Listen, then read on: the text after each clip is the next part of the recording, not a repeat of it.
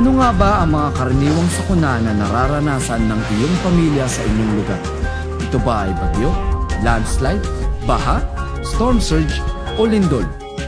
Narito ang ilan sa mga pangkaligtasang paraan na maaaring tandaan. Bagyo.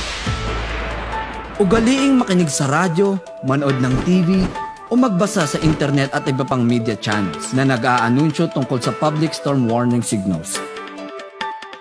Kapag mayroong banta ng bagyo, lumikas kung ipinag-uutos ito ng lokal na pamahalaan. Kung walang anunsyo ng paglikas, manatili lamang sa loob ng bahay kung malakas na ang hangin at ulan upang maging ligtas. Baha. Ilagay ang mga kable at koneksyon ng kuryente sa mas mataas na bahagi ng bahay. Siguruhin na walang bara ang inyong mga kanal upang hindi maging sanhi ng pagtaas ng tubig. Magtayo ng flood walls at sandbag kung kinakailangan. Iwasang magmaneho sa lugar na binabaha. Ang 2 talampakang taas ng umaagos na tubig ay maaaring magtangay ng sasakyan. Huwag maglaro o lumusong sa baha upang maiwasan ang pagkakasakit dahil sa maruming tubig. Sunog. Alamin ang emergency exit sa inyong bahay o mga gusali. Ugaliing isara ang tangke ng gas panluto. Hugutin ang mga nakasaksak na appliances kung hindi ito ginagamit. Pag-aralan ang paggamit ng fire extinguishers. Ilagay ang mga numero ng telepono ng fire station sa lugar na madaling makita. Lindol. Alamin kung ang inyong bahay ay nakatayo malapit sa isang fault line.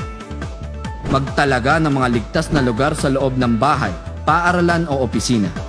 Gawin ang drop, cover, and hold. Dumapa sa lupa o sahig. Magtago sa ilalim ng matibay na mesa at humawak sa paa nito. Manatili sa loob ng bahay hanggang sa matapos ang pagyanig. Siguraduhing ligtas nang lumabas ng bahay. Kung nasa labas na ng bahay, humanap ng lugar malayo sa mga gusali, puno, poste ng kuryente at iba pang bagay na maaaring bumagsak. Bumalik lamang ng bahay kapag sinabi na ng otoridad na ligtas na ang sitwasyon. Landslide. Makipag-ugnayan sa DRRM office at alamin kung may banta ng landslide sa inyong lugar. Iwasang magtayo ng bahay sa gilid o paanan ng bundok, bangin o hukay at saan mang lugar na nagkaroon na ng landslide. Kung nasa loob ng bahay at nagkaroon ng landslide, pumunta sa parte o ligtas na bahagi na malayo mula sa paparating na landslide. Kung nasa labas ng bahay, lumayo sa maaaring daanan ng landslide, maging sa mga puno, poste ng kuryente at mga gusali. Storm surge at tsunami. Magtungo sa mataas na lugar kung may kapansin-pansin na pagtaas at pagbaba ng tubig.